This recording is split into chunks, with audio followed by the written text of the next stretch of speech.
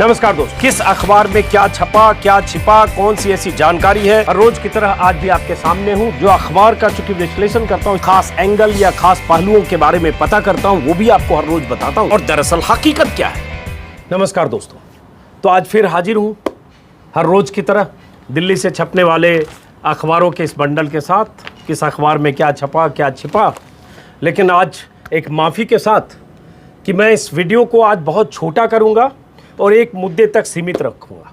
वो मुद्दा है कल जो राज्यसभा में हुआ, जिस ढंग से विधेयक पेश हुआ, पास हुआ, उसके बीच विपक्षी सांसदों ने जिस ढंग से हंगामा किया, तोड़फोड़ की, रूल बुक फाड़ी, और उसके बाद और उसके पहले जो उपसभापति की भूमिका रही, सरकार की भूमिका रही, सरकार ने जिस ढंग से तयशुदा ढंग से विपक्ष के सांसदों की मांग को दरकिनार करके जो फैसला पहले से सरकार ने किया होगा कि हर हाल में कल हमें राज्यसभा में किसानों से जुड़े कृषि बिल को पास करना है, तो सरकार ने वो किया। उस तक सीमित रहूँगा। और मैं कहूँ तो आज मैंने सोचा था कि मैं आज वीडियो ना करूँ, एक 70-71 दिन का सिलसिला है, मुझे लगा आज ब्रेक करूँ, और 70 दिन में सिर्फ एक दिन मैंने ब्रेक किया है। एक दिन के लिए दिल्ली से बाहर गया था तब, और अचानक अभी मुझे कुछ देर पहले दिखा, टेलीविज़न पर खबरें चलने लगी कि राज्यसभा में हंगामा जिन विपक्ष के सांसदों ने किया था कल, उनमें से 8 सांसदों को अभी से एक सप्ताह तक जो राज्यसभा चलने वाली है, संसद की कार्यवाही से सस्पेंड कर दिया गया। वो 8 सांसद कौन हैं, और जब उनके नाम देखे और वो खबर देखी तो मुझे लगा चलिए एक छोटा सा वीडियो के ज़रिए अपनी बात कहनी चाहिए। तो इसलिए मैं आ गया। इसलिए मैं पहले संक्षिप्त में इस मुद्दे तक सीमित रहूँगा, लेकिन कल जो हुआ फिर मैं कहूँगा कि सारे अखबार की हेडलाइन एक तरफ, एक अखबार की हेडलाइन एक तरफ, और वो हेडलाइन क्या कहती है और क्या कुछ खास है बताने से पहले मैंने देखा, अभी जो खबर है आप तक शायद पहुँच चुकी होगी, नहीं तो आपको बता दूँ।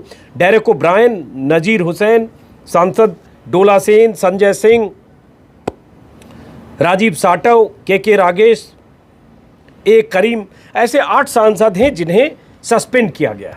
इन सब पर आरोप हैं कल हंगामा करने, माइक तोड़ने, रूल बुक फाड़ने, और ये अलग अलग दलों के सांसद हैं। इन लोगों ने जो किया वो देश ने देखा, और किसी ढंग से उस तरह से संसदीय मर्यादा के खिलाफ है अगर सांसद उस ढंग की हरकतें करते हैं जो देश ने देखा। लेकिन देश ने इससे पहले भी बहुत कुछ देखा है, विधानसभाओं में भी, संसद में भी। विधानसभाओं में तो यूपी की विधानसभा में कुर्सियां चली हैं, स्पीकर और मुख्यमंत्री को भी कुर्सियों से बचने की नौबत आई है, और कई बार जख्मी और चोटिल भी हुए हैं विधानसभा में, मंत्री से लेकर और अलग अलग दलों के विधायक तक। देश के अलग अलग हिस्सों में हम देखते रहे, लेकिन उसकी बिना पर हम कल जो हुआ उसको सही ठहराने की मैं कोशिश नहीं करूं। मैं सिर्फ कह रहा हूं ये होता रहा है, और हर बार संसदीय और विधानसभा की मर्यादाओं को चोट ऐसी घटनाओं और ऐसे जो तौर तरीके विपक्ष के होते हैं उससे होता है। लेकिन ये हुआ क्यों, और विपक्ष क्या करने की कोशिश कर रहा था, सरकार की मंशा क्या थी, उस पर हेडलाइन के मद्देनज़र मैं वापस लौटता हूँ। आज के अखबारों की हेडलाइन, हर अखबार की हेडलाइन कल के संसद में जो कुछ हुआ राज्यसभा में उस पर है, विपक्ष ने जो किया और सरकार ने किया, और किस तरह से ये विधेयक पास हुआ। जागरण की हेडलाइन है, सियासी रार में मर्यादा है तार तार। हर अखबार की हेडलाइन आप देखेंगे, और उसके बाद मैं एक अखबार की हेडलाइन के जरिए विश्लेषण करूंगा। उपसभापति के माइक टूटे, छीना झपटी, हंगामा, कृषि विधेयक राज्यसभा में पास। अमर उजाला इसी तरह की हेडलाइन दैनिक हिंदुस्तान में है, क्योंकि जो हुआ वो तस्वीरें कल ज़रूर ऐसी थी कि विधानसभा और लोकसभा में कम से कम विधायक और सांसद को ऐसी हरकतों से बचना चाहिए।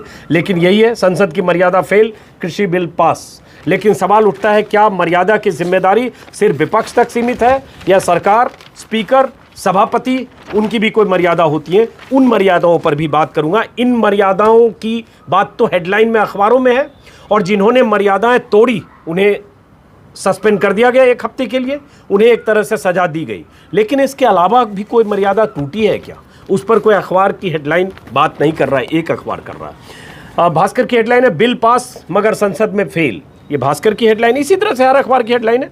द हिंदू की भी पहली हेडलाइन यही है। कोई भी अखबार आज आप उठाएंगे, हर अखबार की पहली हेडलाइन वही है, किसान बिल ध्वनि मत से पास, माइक टूटने की गूंज।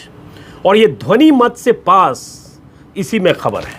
कि ध्वनि मत से इतने बड़े विधेयक को पास करने की नौबत क्यों आई, और अगर विपक्ष मांग कर रहे थे मत विभाजन की तो सरकार क्यों बच रही थी। यही एक्सप्रेस की हेडलाइन है। पहली तस्वीर हर अखबार में वही है कि उपसभापति हरिवंश के सामने जिस ढंग से जाकर डेरेक ओब्रायन रूल बुक फाड़ रहे थे, माइक तोड़ने की कोशिश कर रहे थे, तोड़फोड़ की तस्वीरें हैं। ये नवोदय टाइम्स से 3 तस्वीर यहाँ भी है। तोड़फोड़ के बाद कृषि बिल पास। तो हर अखबार की हेडलाइन देखी दोस्तों। अब मैं शुरू करता हूँ जो मैं कहना चाहता हूँ। जागरण से शुरू करता हूँ। इसी जागरण के इस सिंगल कॉलम में, और जागरण अखबार वैसे भी सरकार समर्थक अखबार है, सरकार का समर्थन ही करता है जागरण, लेकिन इस खबर से मैं समझाने की कोशिश करूंगा कि दरअसल जो कुछ हुआ उसके लिए सिर्फ विपक्ष की जिम्मेदारी थी कल, या सदन में जिस ढंग से इस बिल को पास कराने की हर तरह से पुरजोर कोशिश की गई, ताकत के बल पर, दम के बल पर, सरकार होने के बल पर, उपसभापति भी ऐसा लग रहा था कि तय करके आए थे कि उन्हें हर हाल में आज इस बिल को पास कराना है। उस मंशा पर भी सवाल विपक्ष के हैं। तो ये जागरण में खबर है सिंगल कॉलम की। इसमें 1 2 3 4 5 7 6 7 8 पॉइंट है। मैं 4 पॉइंट से इसका विश्लेषण करता हूँ, इसी से समझिए। ऐसे चला हंगामा, सियासी रार में मर्यादाएं तार तार ये सब तो है ही, लेकिन हंगामा चला। हंगामा क्या हुआ? उपसभापति ने विधेयकों को पारित कराने के लिए कार्यवाही का समय बढ़ाने का फैसला किया। क्यों किया समय बढ़ाने का फैसला भाई? कल आप फैसले समय बढ़ाने को लेकर इतने आप तयशुदा ढंग से चीजें की कि प्रश्नकाल को दफन करने का फैसला किया, जो ऐतिहासिक तौर पर प्रश्नकाल संसद में विपक्ष को पूछने का, सरकार को कटघरे में खड़ा करने का एक मौका होता है, उसको आपने दफन करने का फैसला किया कोरोना की आड़ में कि प्रश्नकाल खत्म करते हैं। लेकिन कल चूंकि विधेयक पास करना था, ये तय था, इसलिए आपने बढ़ाने का फैसला किया। उसके बाद क्या है? सबकी सहमति लेने की दलील देते हुए नेता विपक्ष गुलाम नबी ने विरोध किया। विपक्ष के विधेयकों को पास कराने की प्रक्रिया सोमवार को पूरी कराने की मांग की। उपसभापति इसके लिए सहमत नहीं हुए, क्योंकि सरकार का यही फैसला था कि कल ही ये विधेयक पास करना है। विपक्षी दलों की तर्क की अनदेखी कर उपसभापति ने बिल पारित कराना शुरू किया। समझते जाइए, खबर इसी में है। अनदेखी कर बिल पारित कराना शुरू किया। उसके बाद है, इस पर विपक्षी दलों ने विधेयकों को प्रवर समिति में भेजने के अपने प्रस्ताव पर वोटिंग की मांग की कि इसको आप सेलेक्ट कमेटी में भेजिए। इसके लिए वोटिंग की मांग की विपक्ष ने। अगली फिर आगे सुनिए आप। तृणमूल, लेकिन उपसभापति ने इसे नजरअंदाज किया। तृणमूल कांग्रेस के डेरेक ओब्रायन ने रूल बुक लेकर व्यवस्था पर प्रश्न उठाया। अब ये रूल बुक क्या कहता है? उसके बाद वो खबर है कि रूल बुक फाड़ दी और आसन तक चले गए, रूल बुक फाड़कर उछाले गए, माइक तोड़फोड़ हुए, उसके बाद है। लेकिन पहले रूल बुक क्या कहता है, जिसका जिक्र डेरेक ओब्रायन कर रहे थे। उस रूल बुक का जिक्र सिर्फ एक अखबार ने किया है, और वो है द टेलीग्राफ। द टेलीग्राफ की हेडलाइन क्या है? Voice clears farm bills. ध्वनि मत से, शोर से कृषि बिल पास। दूसरी लाइन क्या है? Democracy speechless. लोकतंत्र मौन, स्पीचलेस। शोर से, ध्वनि से पास हो गया कृषि बिल, ऐतिहासिक कृषि बिल, जिसे कहा जा रहा देश में दशकों के बाद ऐसे रिफॉर्म की कोशिश हुई है किसानों के पक्ष में, सरकार की दलील है। लेकिन ध्वनि मत से पास हुआ, मत विभाजन की मांग को दरकिनार किया गया। अब ये रूल बुक क्या कहता है, जिस रूल बुक को फाड़ दिया डेरेक ओब्रायन ने? हालांकि मैं फिर कहूंगा, रूल बुक फाड़ना, माइक तोड़ना, जो कल कुछ हुआ है बिल्कुल गलत है, नहीं होना चाहिए। संसद और सड़क का फर्क होना चाहिए। लेकिन वो अपनी राजनीति कर रहे थे और सरकार और सभापति, उपसभापति के अपने फैसले थे। रूल बुक क्या कहता है? द टेलीग्राफ ने छापा है। इस रूल बुक के मुताबिक, when any member seeks a division, कोई मेंबर अगर डिवीजन चाहता है, मत विभाजन चाहता है, house rule 252 says, if the opinion of the chairman as to the decision of a question by voice vote is challenged, he shall order a division to be held under which the votes can be recorded and matter decided. अगर कोई सदस्य चाहता है, ये rule book 252 कहता है कि अगर कोई सदस्य चाहता है, चेयरमैन की राय को चुनौती देता है, वॉइस वोट से, ध्वनि मत से पास कराने की राय को, तो चेयरमैन को मत विभाजन का आदेश देना चाहिए सभापति को, उपसभापति को, जिसके तहत वोट रिकॉर्ड होगा और फैसला होगा।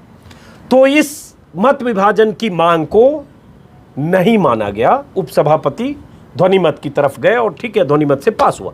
तो यही बड़ा सवाल है जिसको टेलीग्राफ ने सवाल उठाया और उसके बाद ध्वनिमत से पास हुआ। वो आप जानते हैं, हंगामा मचा, शोर हुआ और उसके बाद भी चूंकि सरकार को अपने ताकत पर, मोदी सरकार को अपनी ताकत पर, अपनी बहुमत पर, हालांकि लोकसभा की स्थिति राज्यसभा की स्थिति में फ़र्क है, फिर भी उन्हें भरोसा है कि वो पास करा ले जाएंगे। सदन में विपक्षी दल कुछ तोड़फोड़ करें, शोर मचाएं, कुछ राज्यों में कुछ किसान सड़कों पर उतरे, लेकिन फिर भी उनकी संख्या, उनकी ताकत, देश में उनका समर्थन, इन सब पर भारी पड़ेगा। शायद यही हौसला, यही दम है कि ना उस तरह से भरोसे में लेने की कोशिश करते हैं विपक्ष को सरकार के लोग, और ना उस तरह से एक आम राय बनाने की कोशिश होती है। यहाँ सवाल यही है, जो किसान विधेयक में किसान के पक्ष में कितना है, विपक्ष में कितना है, किसान के लिए फायदेमंद कितना है, किसान के लिए नुकसानदेह कितना है, इसको लेकर बीते कई दिनों से अखबार में 2-2 पन्ने छप रहे हैं। आप जिस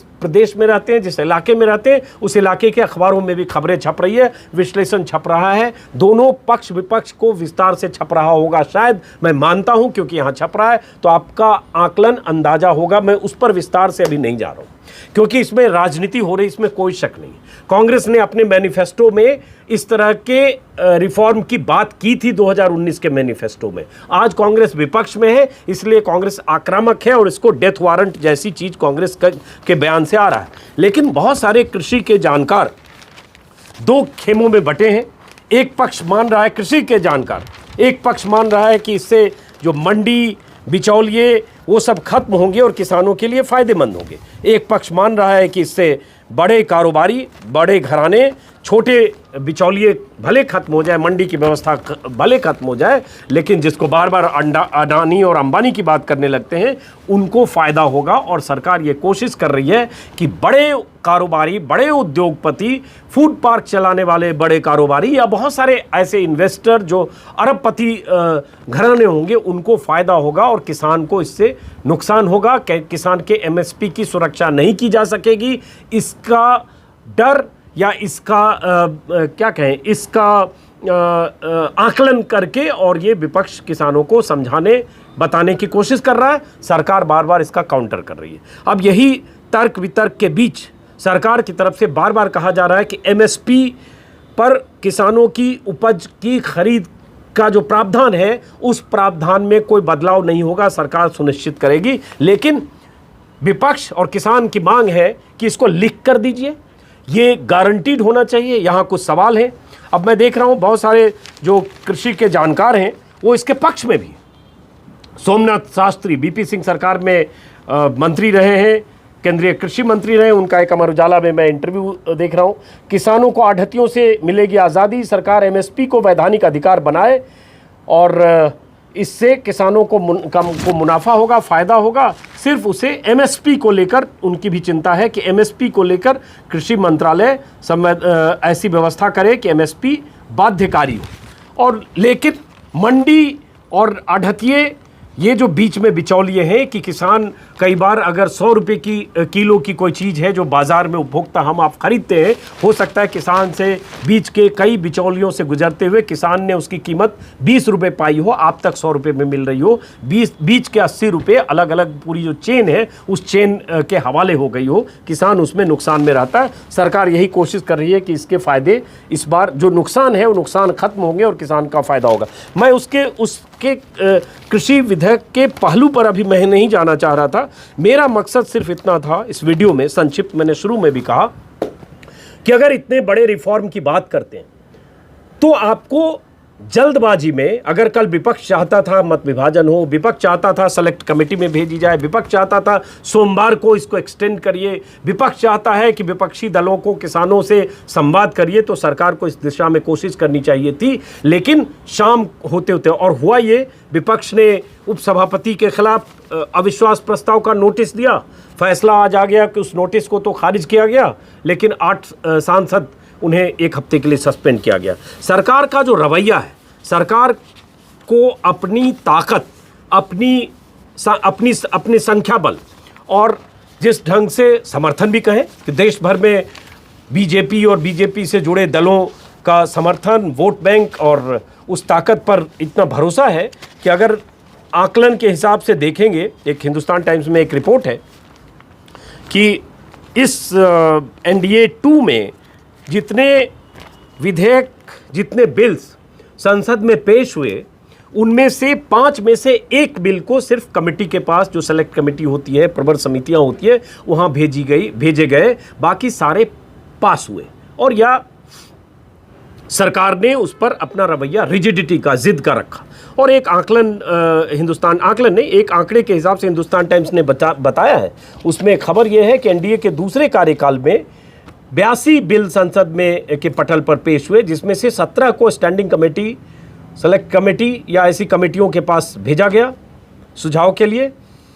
इस बिल को सेलेक्ट कमेटी में भेजने की मांग विपक्ष सरकार से कर रहा था। पिछली सरकार का आकलन हिंदुस्तान टाइम्स में आंकड़ों के हिसाब से दिया है कि पिछली सरकार में औसत बताया कि 25% बिल कमेटी के पास भेजे गए पिछली सरकार में, NDA 1 में। और इसका अगर 14वीं 15वीं लोकसभा में जाते हैं तो HT ने एक औसतन जो सेलेक्ट कमेटी और स्टैंडिंग कमेटी में भेजने का औसत है, उसको छापा है कि 71% विधेयक कमेटियों को भेजा गया विचार, सलाह, पुनर्विचार, सुझाव के लिए। 15वीं लोकसभा में, 14वीं लोकसभा में 60% विधेयक को, लेकिन अब वो औसत 5 में से 1 का है। तो ये सरकार का तरीका है कि जो तय कर लेती है वो करती है। और कल उपसभापति पर इसीलिए सवाल उठे कि आप इस तरह से कर रहे हैं जैसे आप भी सरकार की उस रणनीति है, तयशुदा ढंग से सरकार ने कुछ चीज़ें तय की थी कल राज्यसभा में इस विधेयक को पास कराने के लिए, उसका हिस्सा थे। जबकि उपसभापति या विधानसभाओं के स्पीकर, उनको, विपक्ष को भी लोकतंत्र में उतना ही स्पेस देकर उनकी बात भी सुनी जानी चाहिए। अगर मत विभाजन की मांग थी तो क्या ऐसी वजह थी कि सब चीज़ को दरकिनार करके उपसभापति ने ध्वनि मत से इतने बड़े रिफॉर्म के विधेयक को पास करने का फैसला किया। और उसके बाद उस फैसले का विरोध हुआ और विरोध का नतीजा ये हुआ कि 8 सांसद ने जो किया संसद में, जिस ढंग से हंगामा किया, उन्हें उनकी सज़ा मिली और वो सस्पेंड हो गए। उपसभापति के खिलाफ अविश्वास प्रस्ताव खारिज हो गया और उसके बाद ये विधेयक अब कानून के शक्ल ले लेगा। राष्ट्रपति के दस्तखत होते ही संसद से बाहर निकलकर अब सड़क पर विपक्षी दल और किसान पंजाब हरियाणा में विरोध प्रदर्शन करेंगे, सड़कों पर शोर मचेगा, हंगामा होगा।